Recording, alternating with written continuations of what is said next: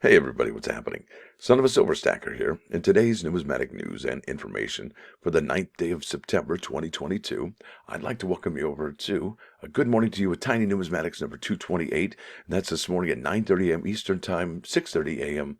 Pacific. Now, here we go. Live spot prices. Let me hit reload. It's been a minute.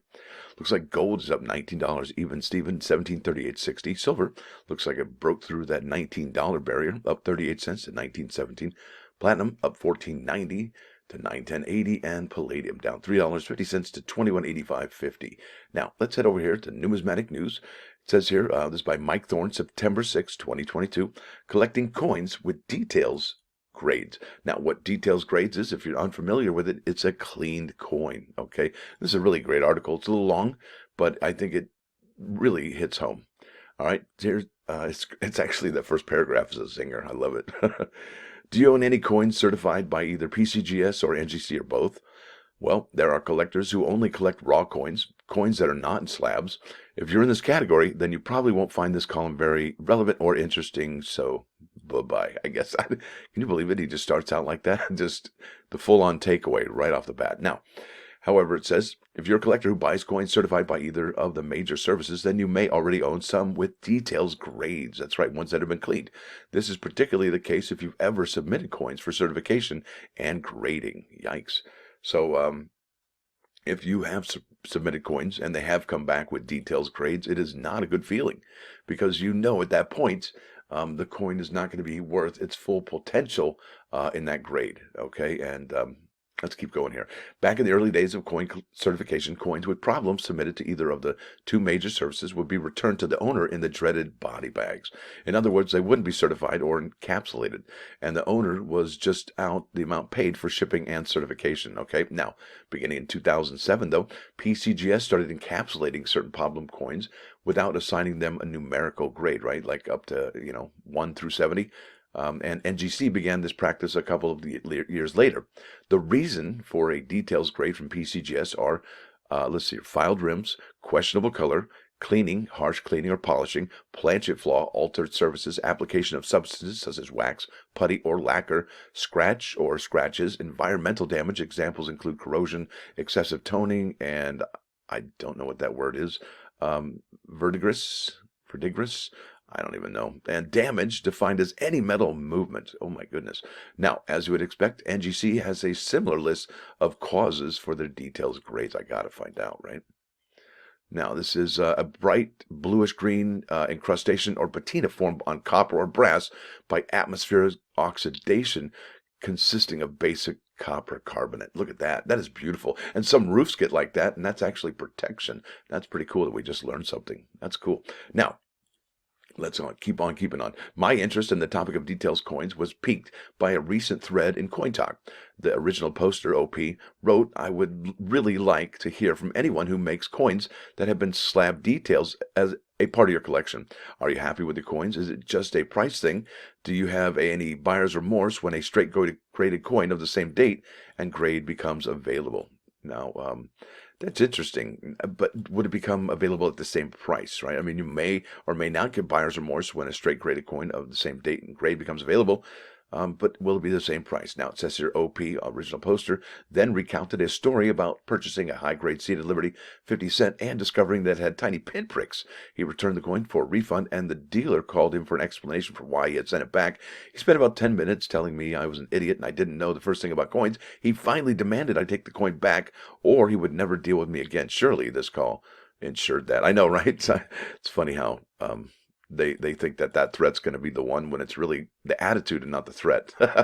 Now, OP ended the story by saying, looking back today, I should have kept the coin. Just try and find one like it today. That's right.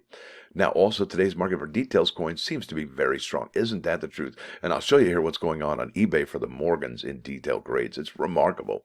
It says here, one of the first responders wrote, every person has a different opinion of details coins. That's cleaned coins. I'm perfectly content having some details coins if they still have the eye appeal that I desire. I think that's totally true. Another factor is what you are collecting, right? There are some series most of us just can't afford to complete without all problem-free coins. Absolutely. Similarly, another member had this to say, I personally try to avoid details coins whenever possible, but sometimes exceptions need to be made. And I think that's exactly in life. There are exceptions to everything. Generally, my preference is that a lower grade problem-free coin is better if cost is an issue. Absolutely. This was a common refrain: buy a details coin if you can't afford one without problems, but the details coin has to be the one that appeals to you. It has some nice eye appeal, right? It shouldn't be ugly, because ugly coins always ugly. Other collectors echoed that sentiment. For example, one wrote, details coins are an important part of my collecting. I couldn't afford a lot of the special, wonderful history. I can't even speak anymore. I couldn't afford a lot of the special, wonderful historically interest rare pieces I have if it wasn't for the discount for details gives. Okay, examples of details coins in his collection of Standing Liberty quarters are cleaned and corroded. Ooh, that's an ugly word. 1923S graded very fine details, a very fine 30 details by IGC, and a clean corroded damage 1921 that IGC called very fine 25 details. Ouch. And that's, which one would you rather have, right? Another collector provided a picture of both sides of his 1932 D quarter that NGC graded cleaned with AU details. He purchased it for half of the market cost for a straight graded piece. Okay, that is a key date quarter right there, 1932 D and the S. Now, yet another collector wrote, I'm a retired blue-collar worker who put together a mostly AU or better Indian headset set. I was ecstatic to replace my G4 1877 with the coin in my avatar, a high-grade piece with a hole in it. I probably could afford to replace it at this time, but I won't because I'm quite fond of it. I collect by what makes me happy and not by the opinions of others. In my opinion, that's a commendable philosophy. Okay, I think so too. You know, buy what you like. Don't buy what other people like. All right. So, of course, there were collectors who wouldn't want a details coin no matter what. I think that's true. They just want to steer clear of it. And because, there's a taboo. Oh, don't clean your coins. Because you look it up on YouTube, you say, hey, what do I do to clean my coins? Well, 99% of the people are going to say, don't clean your coins. And the other 1% are going to be like, well, send it into PCGS or NGC to have it restored. All right. Because they're the professionals and they could probably do that. Now, of course, there were collectors, like I said, who don't want details coin no matter what. One wrote, I avoid details and problem coins. I would rather have a lower grade coin than a sharper piece with problems. He told about being offered a scarce type coin that had XF sharpness but a noticeable scratch on the obverse. I have no problem. Straight grade example in fine 15. I would rather have that piece than the one with significant scratch on the obverse. That scratch would bug me every time I looked at the coin. Ouch. Yeah, it's just what could you live with, right? I can well understand this collector's attitude from my experience. If a coin has a problem that I first notice after I buy it, no matter how minor it is, I can never unsee it. I have to get rid of the coin at my earliest opportunity, even if I have to sell it at a loss. Wow, that's brutal. Another in the no details coin camp noted that he had owned 2 detailed coins in the last decade, a trade dollar and a bus half dollar. I sold both of them as I never liked the appearance of them. My advice is that if a coin is too expensive to buy straight graded, wait.